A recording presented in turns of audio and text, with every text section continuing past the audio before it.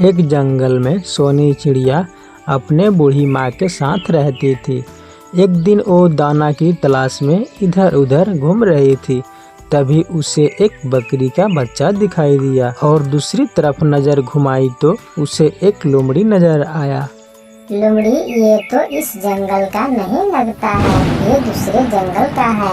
मैं अपने जंगल के सभी प्राणियों को पहचानती हूँ। सोनी चिड़िया उड़ते हुए सीधे लोमड़ी के पास जाती है।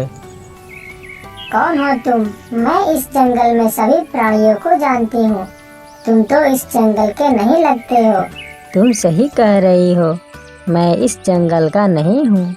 मैं तो इस जंगल से गुजर रहा था, तभी तेज बारिश होने लगी। बारिश की वजह से इसी जंगल में रुक गया। जब बारिश रुक जाएगी तो मैं चला जाऊंगा। फिर सोनी चिड़िया बकरी के बच्चे के पास जाकर बोली, तुम यहाँ क्या कर रहे हो? तुम्हारा माँ कहाँ है और तुम्हारा नाम क्या है? मेरा नाम गोलू है। मैं बारिश में खेल रहा था। खेलते खेलते बहुत दूर निकल गया और घर का रास्ता भूल गया। इतना कहकर गोलू रोने लगा। तुम चिंता मत करो, तुम्हारे माँ के पास पहुँचा दूंगी। अभी चलना होगा मेरी घर पर, ठीक है? माँ मना कर रही थी, मैं उनकी बात नहीं माना। तुम्हें अपनी माँ की बात माननी चाहिए थी। चलो मेरे साथ।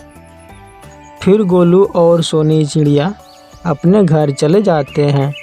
इधर गोलू की माँ गोलू को चारों तरफ ढूंढती है, लेकिन उसे गोलू नहीं मिला। अगले दिन कबूतर से कहती है, कबूतर जी, क्या आपने देखा मेरे बच्चों को? मेरा बेटा कहाँ चला गया? मैं चारों तरफ ढूंढी लेकिन नजर नहीं आया।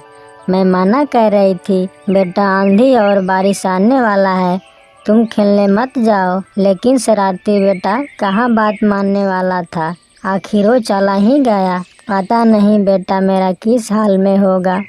नहीं, मैं तो नहीं देखा, लेकिन सहायता कुछ कर सकता हूँ। ये सूचना जंगल के महाराज शेर को देनी चाहिए। हाँ, आपने सही कहा, हमें महाराज के पास जानी चाहिए। वो पता लगा सकते हैं। सभी प्राणियों को जब बुलाएंगे तो किसी न किसी प्राणियों ने देखा होगा। चलो राजा शेर के पास चलते हैं। इतना कहकर वो दोनों शेर राजा के पास चल देते हैं और महाराज के पास पहुंच जाते हैं। दोनों को इस तरह उदास देखकर राजा शेर ने पूछा, क्या बात है कबूतर और बकरी एक साथ आए हो? बताओ लाली बकरी, तुम क्यों उदास हो? राजा साहब, मेरा एक बच्चा था। कल आंधी आया था ना, उसी आंधी में खेलने निकला था। मैं मना कर रही थी, लेकिन मेरी एक नहीं सुना और खेलते खेलते काफ़ी दूर निकल गया। मैंने बहुत खोजी, लेकिन कहीं नहीं मिला। फिर आपके पास आई हूँ।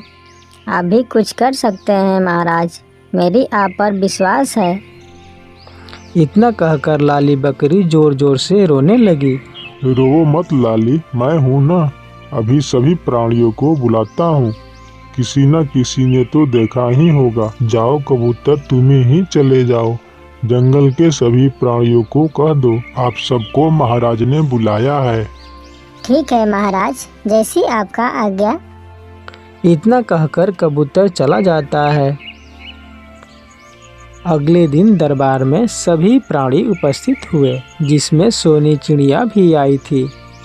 आज आप सबको इसलिए बुलाया गया है, लाली बकरी की छोटा बच्चा जंगल में खो गया है। आप सभी में से किसी ने देखा होगा तो बताइए, उसका नाम गोलू है।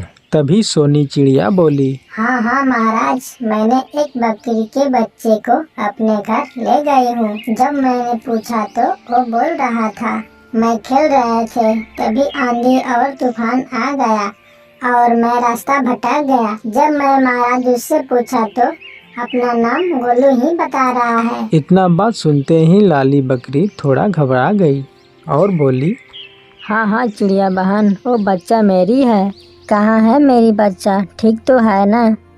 हाँ हाँ बकरी बहन, तुम्हारी बच्चा को मैं सुरक्षित ही रखी हूँ। हाँ तो अच्छी बात है सोनी चिड़िया, किसी भी अनजान बच्चे को सुरक्षित रखना चाहिए। तुम तो धन्यवाद की पात्र हो। जाओ लाली का बच्चा दे दो। जाओ लाली बकरी अपने बच्चा ले लो। फिर ऐसा नहीं होना चाहिए। अपने बच्चे को ध्यान से रखना। सोनी चिड़िया उसी समय घर आकर लाली बकरी को बच्चा दे देती है। शुक्रिया चिड़िया बहन, आपका लाख लाख शुक्रिया मेरी बच्चा को सुरक्षित रखने के लिए। आप नहीं होती तो किसी जानवर ने मेरे बच्चे को मारकर खा जाता।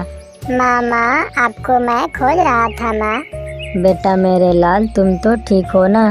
पता है तुम्हें खो जाने से मैं कितना परेशान थी। लाली बकरी का खोआ हुआ बच्चा मिल गया। वो अपने बच्चों को लेकर चली जाती है और खुशी खुशी से रहने लगती है। दोस्तों, ये कहानी अच्छा लगा हो तो चैनल को सब्सक्राइब कर दीजिए।